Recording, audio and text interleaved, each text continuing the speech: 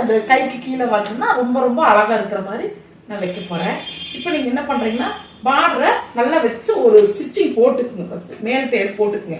ஏன்னா நகுந்துரும் இல்லாதனால மேல் தையல் போட்டு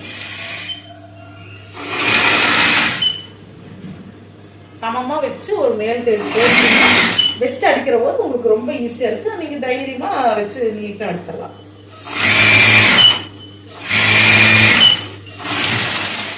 இப்போ நான் அடிச்சுட்டேங்க. அதே சமயத்துல கீழே வந்து ஒரு அடி அடிச்சுக்கங்க. அப்பதான் கொஞ்சம் பட்டையா இருக்கிற மாதிரி இருக்கும். ஆனா இதுக்கு லைனிங் கொடுத்து வச்சுன்னு இன்னும் கொஞ்சம் நல்லா அழகா இருக்கும். இவங்க வந்து கொஞ்சம் மீனா இருக்கிறாங்க, இந்த லைனிங் எல்லாம் வேண்டாம் அப்படிங்கிறது இவங்க வந்துதான் இந்த ஐடியா பண்ணாங்க, இந்த பப் ஹேண்ட் வைக்கணும் அப்படின்ட்டு.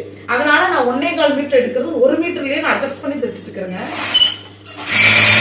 நான் பப் ஹேண்ட் போட்டு அழகா இருக்குன்னு சொன்னங்காட்டி அவங்க அந்த பப் ஹேண்டுக்கு போட்டுருங்க அப்படின்ட்டாங்க. நாம தான் முடிக்கணும். இப்போ பார்த்தீங்கன்னா நான் இது வைக்க போற பாருங்க. இதுவே இப்படி வச்சு பார்த்துக்கணும். வச்சு பார்த்துட்டு இதை அப்படியே இப்படி இப்படி திருப்பிக்கணும். திருப்பிட்டு நீங்க என்ன பண்றீங்கன்னா இந்த பார்டரை கரெக்டா இங்கிருந்து நீங்க ஒரு 1/4 இன்ச், 1/2 இன்ச் கிடையாதுன்னா ஒரு 1/4 இன்ச் அந்த நீங்க போட்ட தையலுக்கு மேல கொஞ்சம் மட்டும் போட்டா போதும்.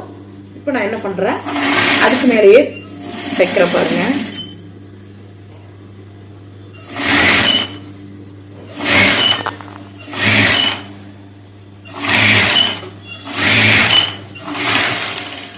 பாருங்க அடிச்சாச்சு.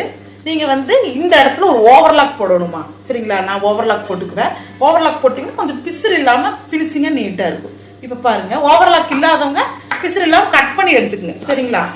இப்ப நம்ம இது கட் பண்ணி எடுத்துட்டோம். எடுத்ததுக்கு அப்புறம் பாத்தீங்கன்னா இது பாருங்க எவ்வளவு அழகா இருக்குன்னு. இதை வந்து நீங்க என்ன பண்ணணும், இந்த பக்கமா உள் பக்கமா திருப்பி வச்சு இப்படி நல்லா விரிச்சு வச்சு மேல ஒரு தையல் போடுவோம், சரிங்களா? நல்லா பிரஸ் கொடுத்து விரிச்சு வச்சு இங்க தையல் போடணும்.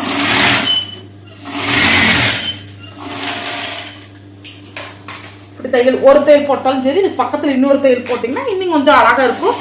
கொஞ்சம் தைரியமா இருக்கலாம். நாம அவங்களுக்கு பிரிஞ்சு வராது அப்படிங்கிற ஒரு நினைக்கிறேன். இப்ப பாருங்க நம்மளோட பஃப் ஹேண்ட் முடிஞ்சிருச்சு. பினிஷிங் எவ்வளவு அழகா இருக்குது பாருங்க. நல்லா இருக்குல்லங்க. இதுதாங்க பஃப் ஹேண்ட் ரொம்ப ரொம்ப ஈஸிங்க. இதே மாதிரி இன்னொரு கைக்கு நீங்க தைச்சு வச்சுக்கணும்.